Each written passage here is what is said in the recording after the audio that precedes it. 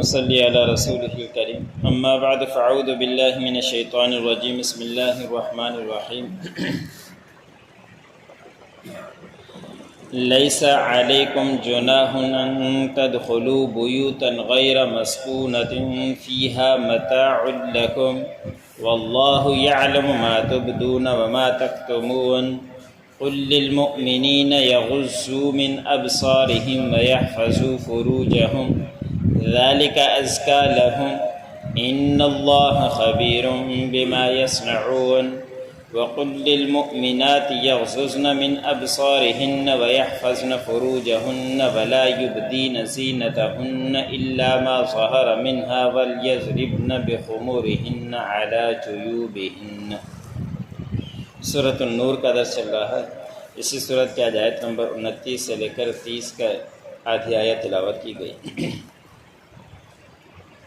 گزشتہ آیتوں کے اندر اللہ رب العزت نے رکوع کے اندر اما عائشہ صدیقہ رضی اللہ تعالی عنہا کی برات کا اعلان بیان فرمایا۔ 2 رکوع کے اندر ان کی تفصیل گزری۔ اس کے بعد کل کے آیتوں میں گزرا کہ اللہ رب العزت نے جو فواحش کے ذریعے ہوا کرتے ہیں، گناہ کے ذریعے ہوا کرتے ہیں، ان کے سوراخوں کو بھی ایک طرح بند کرنے کا حکم بیان فرمایا ہے، اور وہ یہ کہ کسی کے اوپر نظر نہ پڑے، کسی کے گھر کے اندر بغیر اجازت کے داخل مت ہو،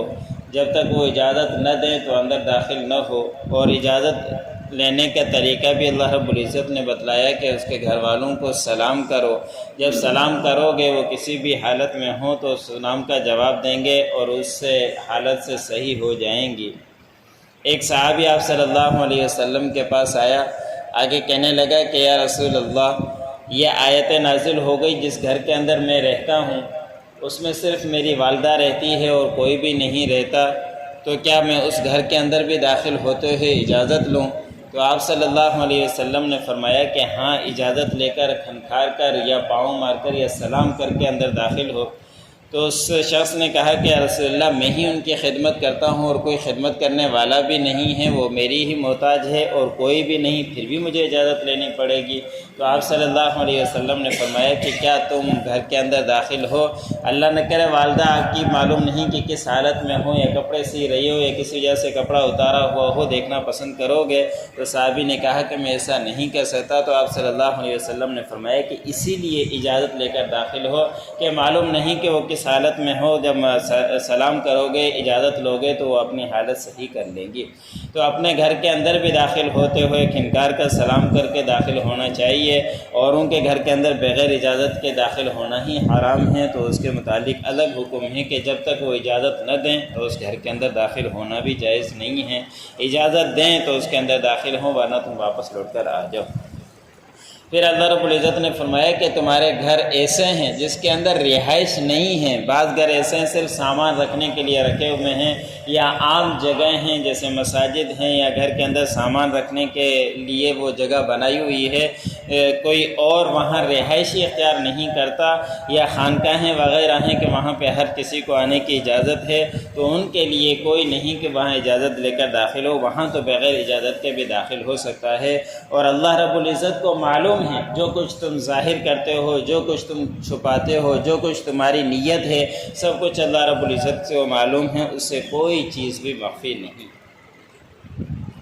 پھر اللہ رب العزت نے مزید ان فواحشات سے بچنے کے لیے فرمایا کہ مومن مردوں کو کہہ دیجئے کہ اپنی نظروں کو جھکا کر رکھیں اور اپنی شرم گاہوں کی حفاظت کریں۔ یہ 2 چیزیں ایسی ہیں کہ انسان اس سے بچ گیا تو آگے کے مسائل جو فواحشیں، گناہوں کے کام ہیں، زنا کے کام ہیں، اس سے بچ جائے گا۔ اس لیے حدیث مبارک میں آپ صلی اللہ علیہ وسلم نے فرمایا کہ آنکھوں کا بھی زنا ہوا کرتا ہے، اور وہ دوسری عورتوں کی طرف نظر کرنا یہ آنکھوں کا زنا ہے۔ اس لیے اللہ رب العزت نے بھی حکم دیا کہ مردوں کے لیے بھی اور عورتوں کے لیے، اگلی آیت میں ہے مردوں کے لیے کہ اپنی نظروں کو جھکا کر رکھیں، نظروں کی حفاظت کریں،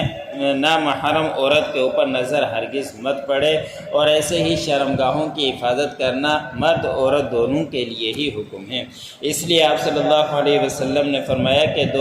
جو شخص 2 چیزوں کی مجھے ضمانت دے، میں اس کے لیے جنت کا ضامن ہوں۔ ایک وہ جو 2 جھگڑوں کے درمیان ہے، یعنی زبان کی صحیح استعمال کرے، زبان کو غلط استعمال نہ کرے، اس چیز کا وہ مجھے ضمانت دے دے، اور دوسری چیز جو دو رانوں کے درمیان ہیں ان چیزوں کی حفاظت کا ضمانت مجھے دے دے۔ آپ صلی اللہ علیہ وسلم نے فرمایا کہ میں اس کے لیے جنت کا ضامن ہوں کہ وہ ضرور جنت میں جائے گا۔ یہ دو چیزیں ایسی ہیں کہ اس سے گناہ کے نکلتے ہیں، کہ زبانوں سے بھی گناہ نکلتے ہیں اور شرم گاہوں سے بھی گناہ ہوا کرتے ہیں، تو یہ کبیرہ گناہوں کے اندر چلے جاتے ہیں۔ اس لیے آپ صلی اللہ علیہ وسلم نے فرمایا جو دو ان چیزوں کی حفاظت کرے گا تو اس کے لیے آگے کے مراحل آسان ہوں گے۔ ایسے ہی نظر کی حفاظت کرنا بھی مسلمانوں کے اوپر ضروری ہے، اور یہیں سے ابتدا ہوتی ہے۔ جب نظر پڑتی ہے، نظر کے بعد باتیں ہوتی ہے، باتوں کے بعد پھر بیٹھنا ہوتا ہے، بیٹھنے کے بعد پھر آگے کے مراحل ہو جایا کرتے ہیں۔ اس لیے اللہ رب العزت نے سب سے پہلے آنکھوں کی حفاظت کا حکم دیا ہے، اور یہ اللہ رب العزت نے فرمایا کہ تمہارے لیے زیادہ ستھری ہے، اچھی چیز ہے۔ اور بے شک اللہ رب العزت باخبر ہیں، جو کچھ تم کیا کرتے ہو، جو کچھ وہ کرتے ہیں، سب کچھ اللہ رب العزت کو معلوم ہے۔ اللہ رب العزت سے کوئی چیز بھی مخفی نہیں۔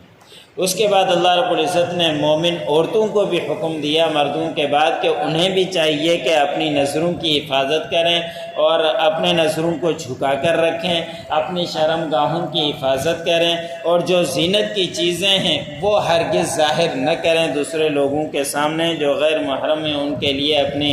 سنگار کو ظاہر نہ کریں، اور ایسے ہی اپنے گریبان کے اوپر پردے کو ڈال کر رکھیں، چادر کو ڈال کر رکھیں، اور اپنے گریبان کو دوسروں کے سامنے نہ دکھلائیں۔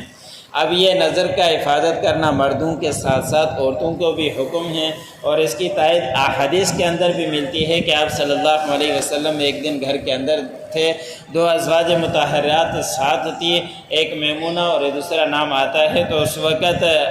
ایک نابینا صحابی عبداللہ بن ام مکتوم وہ داخل ہوئے گھر کے اندر اور اجازت لینا چاہی، تو آپ صلی اللہ علیہ وسلم نے اپنی